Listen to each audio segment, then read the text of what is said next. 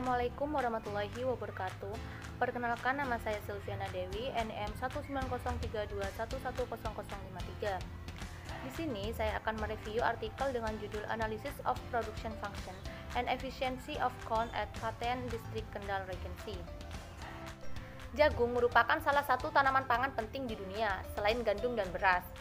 Jagung merupakan sumber karbohidrat dan menjadi sumber pangan alternatif.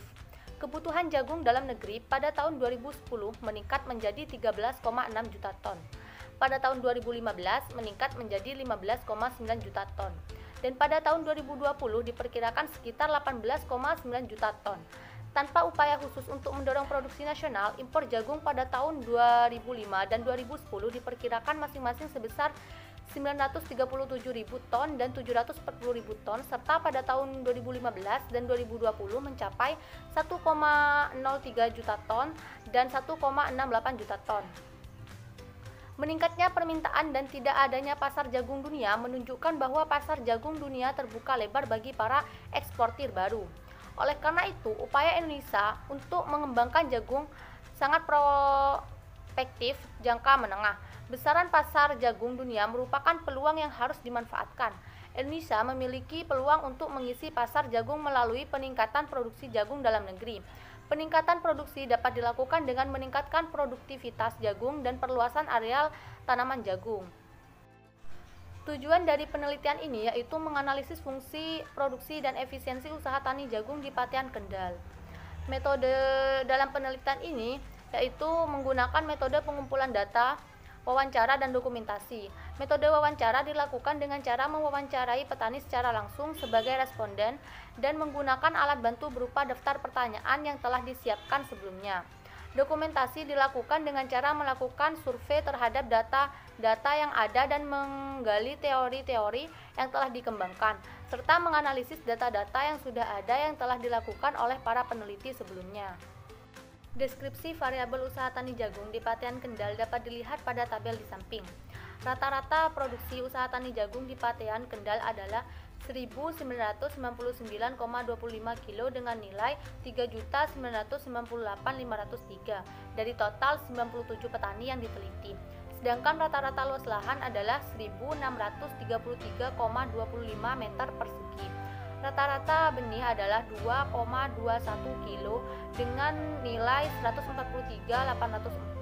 Rata-rata pupuk anorganik adalah 137,58 kilo dengan nilai 285.861. Rata-rata pestisida adalah 5,47 liter dengan nilai 82,67. Untuk tenaga kerja usaha tani jagung di Patean Kendal rata-rata menyelesaikan pekerjaan dalam 60,45 hari kerja dengan nilai 2.115.876. Variabel luas lahan memiliki koefisien positif. Tanda positif pada koefisien luas lahan ini menunjukkan bahwa semakin luas lahan yang digunakan untuk usaha tani jagung, maka produksi jagung akan semakin meningkat. Variabel jumlah benih tidak signifikan dan menunjukkan tanda negatif terhadap produksi jagung. Hal ini dapat dilihat dari T-rasio yang besarnya lebih kecil dari T-tabel. Tanda koefisien negatif pada jumlah benih menjelaskan bahwa semakin banyak benih yang digunakan, maka output akan semakin menurun. Variabel jumlah pupuk anorganik tidak signifikan dan menunjukkan tanda-tanda positif. Terlihat pada T-rasio dengan menggunakan pupuk anorganik akan sangat berkurang. Para petani seringkali kesulitan mendapatkan pupuk pada saat tanam. Variabel pestisida memiliki koefisien positif. Tanda positif pada koefisien pestisida tersebut berarti semakin banyak pestisida yang digunakan untuk usaha tani jagung, maka akan semakin banyak pula produksi jagung yang akan dihasilkan. Variabel tenaga kerja memiliki koefisien positif. Tanda positif pada koefisien tenaga kerja ini menunjukkan bahwa semakin banyak tenaga kerja yang digunakan untuk usaha tani jagung, maka akan semakin banyak pula produksi jagung yang akan dihasilkan. Hasil analisis fungsi produksi frontier usaha tani jagung menunjukkan bahwa variabel yang signifikan adalah variabel luas lahan, pestisida, dan tenaga kerja.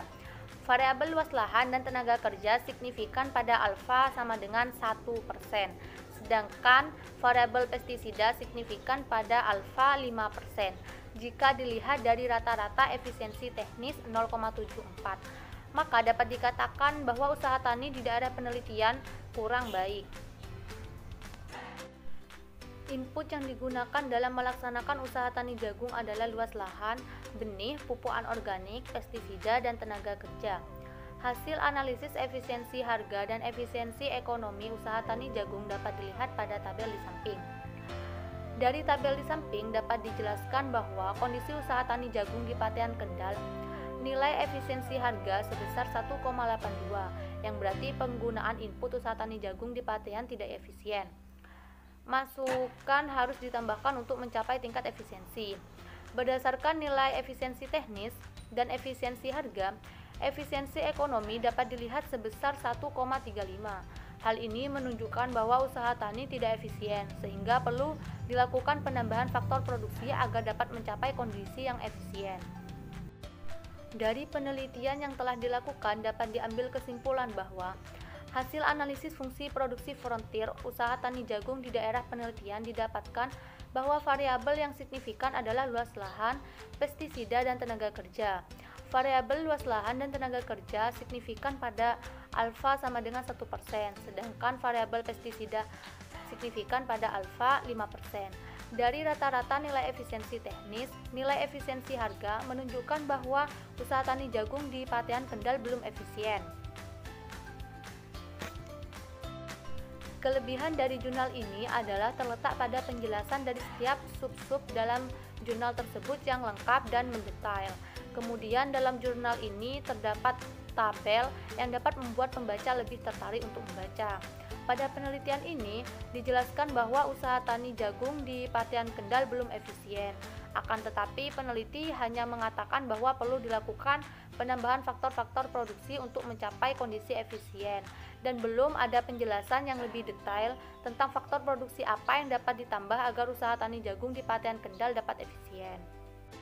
Sekian review artikel dari saya, kurang lebihnya mohon maaf. Wassalamualaikum warahmatullahi wabarakatuh.